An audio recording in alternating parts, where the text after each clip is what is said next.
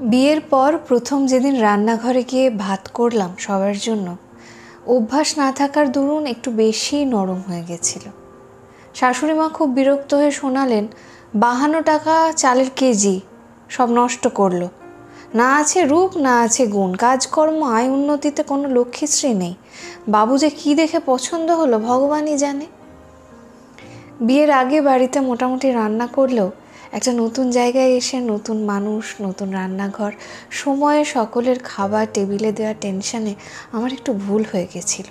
খেতে বসে ব্যাংকের ম্যানেজার, আমার বড় যা, ব্যাঙ্গের হাসি হেসে শাশুড়িকে বলল, তবে মামুনি, তুমি যে এতদিন বলে এলে আমি চাকরি করি বলে সংসারের কুটোটি নারী না। আরে আমি তো সংসারের খরচা দিই, তাই এবারে যে ঘরোয়া মেয়ে নিয়ে এলে, দেখো কত ধানে কত চাল। ভাসুর বলল, আমাদের দুজনের রোজগারে সংসার চলে, অফিসে বেরোনোর সময় যদি ঠিকমতো খাবারটুকু না পাই তাহলে এত স্যাক্রিফাইস করে কী লাভ। মিমি তো কবে থেকেই ফ্ল্যাটে উঠে যাওয়ার কথা বলছে। এত কম্প্রোমাইজ কিন্তু করা যাবে না, বলে দিলাম। ননদ বলল, কেন মা, রান্নাটা তো এতদিন তুমিই করতে, ঘোড়া দেখে খোড়া হয়ে গেলে নাকি? শাশুড়ি মা কাঁদো কাঁদো মুখ করে সবার গ্লাসে জল দিতে দিতে বললেন, সকাল সকাল সংসার আলাদা হওয়ার কথাবার্তা এ বাড়িতে আগে কখনো হয়নি। কী যে অলক্ষ্মী আমার কপালে এসে জুটলো কে জানে। আমি ছুটে নিজের ঘরে চলে এলাম। খাটের ওপর বসে অজরে কাঁদছিলাম। কোনোদিন অলক্ষণে শব্দটা শুনতে হবে স্বপ্নেও ভাবিনি। বাবা মায়ের বড্ড আদরে মেয়ে ছিলাম। আমাদের সংসারে অভাব ছিল, কিন্তু তাদের ভালোবাসায় কোনো টানাটানি ছিল না। মনে পড়ছিল মায়ের কথাগুলো। মা সবসময় বলতো, সংসার অত সহজ জিনিস নয় রে মনা, তুই যতই ভাবিস আমি যত্ন করে সেবা করে সবার প্রিয় হয়ে উঠবো, অত সহজে কারণ মন পাবি না রে, এটাই নিয়ম। বরং ভালো করে পড়াশোনা কর, নিজের পায়ে দাঁড়া, সবসময় জানবি এই টাকার কাছে সব তেতো মিষ্টি হয়ে যায়। আর বাবা মায়ের চেয়ে বেশি ভালোবাসা কোথাও কারোর থেকে পাবি না, সে যতই ভালো মানুষ হোক। সে সময়ের মায়ের কথা ভালো লাগেনি। সুমনের সঙ্গে 5 বছরের সম্পর্ক। একটা কোম্পানিতে চাকরি পাওয়ার জন্য গুজরাট চলে যাওয়ার আগে ও বিয়েটা সেরে ফেলতে চাইছিল। এতদিনের সম্পর্ক বলে আমিও কেরিয়ারের চিন্তা জলাঞ্জলি দিয়ে বিয়েটাতে মত দিলাম। মা বাবা কারোরই এই মুহূর্তে বিয়েতে ইচ্ছে ছিল না। দুটো কারণে অমত ছিল সুমনের মায়েরও। এক, আমার গায়ের রং কালো বলে, 2, আমার কোনো উপার্জন নেই বলে। বিয়ের 2 দিনের মাথায় সুমন চলে গেল গুজরাট। আবার 3 মাস পর আসবে। যার হাত ধরে সদ্য বিয়ে হয়ে এলাম, সে চলে যাওয়ায় একেবারে একা হয়ে গেলাম আমি। শ্বশুরবাড়ির বাকি সবাইকে আঁকড়ে ধরার চেষ্টা করলাম, কিন্তু দেখলাম বড় যা ভাসুর অহংকারে নিজেদের মতো থাকতে পছন্দ করে। প্রায় সমবয়সী ননদ আমাকে এড়িয়ে চলে। ঘরোয়া ছোট বৌদির চেয়ে চাকরি করা বড় বৌদিকে তোয়াজ করে চলা তার কাছে বেশি লাভজনক মনে হতো। শাশুড়ি মা তো একেবারেই পছন্দ করেন না আমাকে। একমাত্র নিরীহ শ্বশুরমশাই আমাকে খুব ভালোবাসতেন। 2 বছর আগে সেরিব্রাল অ্যাটাকে একদিকে প্যারালাইজড হয়ে যাওয়ায় উনি বিছানা ছেড়ে উঠতে পারেন না। একসময় দাপুটে ইঞ্জিনিয়ার, এখন অসহায় হয়ে হয়তো আমার কষ্টটা বুঝতে পারেন। যাই হোক, আমি কিন্তু জেদ ধরেছিলাম সংসারটা আমি গুছিয়ে করব। আর এই অলক্ষ্মী শব্দটা থেকে বাদ দিয়েই ছাড়বো শাশুড়ি মাকে। ঠিক 7 দিন লাগলো সংসারের নিয়ম কানুন, রান্নার ধরন, পছন্দের খাবার খাওয়ার সময় আর মশলার কৌটোর জায়গা বুঝতে। সকাল 10টার মধ্যে সকলের জলখাবার, ভাসুর যা, ননদের টিফিন, দুপুরের রান্না, ঘর গোছানো সব নিখুঁতভাবে সেরে ফেলতাম। সুমন একদিন ওর মাকে ফোন করে বলেছিল, ও সব কাজ করতে পারে মা, শুধু নিজের খাবারটা নিয়ে খেতে একদম পারে না, হয়তো ঠিকমতো খাবার দাবার করে না। তুমি দুপুরে আর রাতে অন্তত খাবারটা ওকে বেড়ে দিও। আমি শুনেছিলাম উনি ছেলেকে মুখ ঝামটা দিয়ে বলছেন, বুড়ো মা বউকে রেঁধে খাওয়াবে, শেষ পর্যন্ত এই অর্ডার করছিস আমাকে।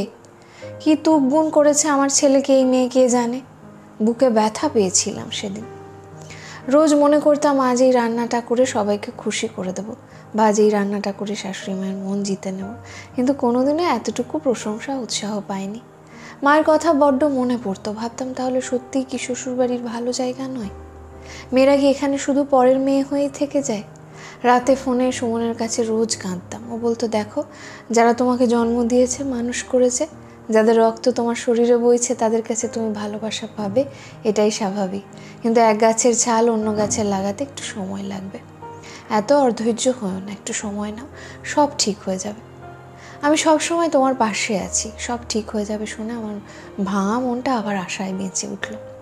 এভাবে কম ভালো আর বেশি মন্দে কেটে গেল 7টা মাস। শ্বশুরমশাই গত হলেন। কাছা নেওয়া অবস্থাতেই যা ভাসুর বাড়ি ভাগ করে নিল।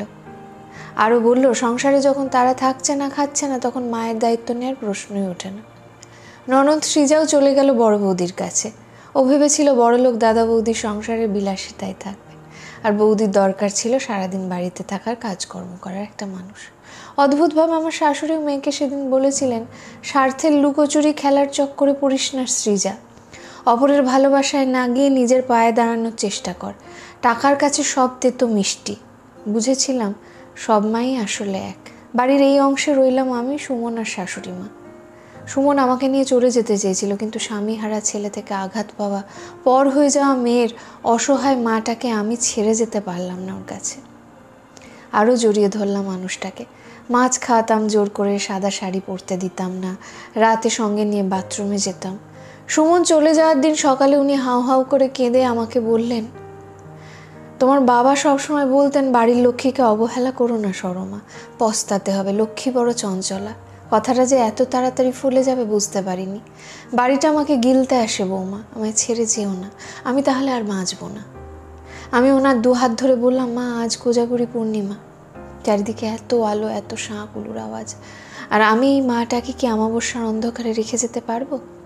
লক্ষ্মী পুজোর দিন সংসার লক্ষ্মী ছাড়া করব না, সে আপনি আমাকে অলক্ষণে বলুন আর যাই বলুন। উনি মাথা নামিয়ে বললেন, না রে মা, এই গায়ের রং, মুখশ্রী, হাঁটা চলা, মিষ্টি মিষ্টি কথা আর উন্নতিতে লক্ষ্মীমন্ত এইসব কথা আদতে কোনো দাম নেই। বিপদের সময়, স্বার্থের সময় এলেই বোঝা যায় কে আসলে রূপে লক্ষ্মী আর গুণে সরস্বতী। এই দেখ না, সবাই কেমন দরকারের সময় আমাকে ব্যবহার করে ফেলে রেখে চলে গেল। পেটের ছেলে পর্যন্ত ফিরে তাকালো না একবার। এখন 5টা টাকার জন্য তোদের কাছে হাত পাততে হবে। আমি সঙ্গে সঙ্গে ওনার হাত দুটো ধরে বললাম, আমরা আজীবন সংসারটাকে ভালোবেসেছি বলে কি উপার্জন করার ক্ষমতা রাখি না মা? সারা জীবন তো রান্নাঘরে কাটালে, এবার রান্নাঘর থেকে বাইরের জগৎটা দেখো কত সুন্দর।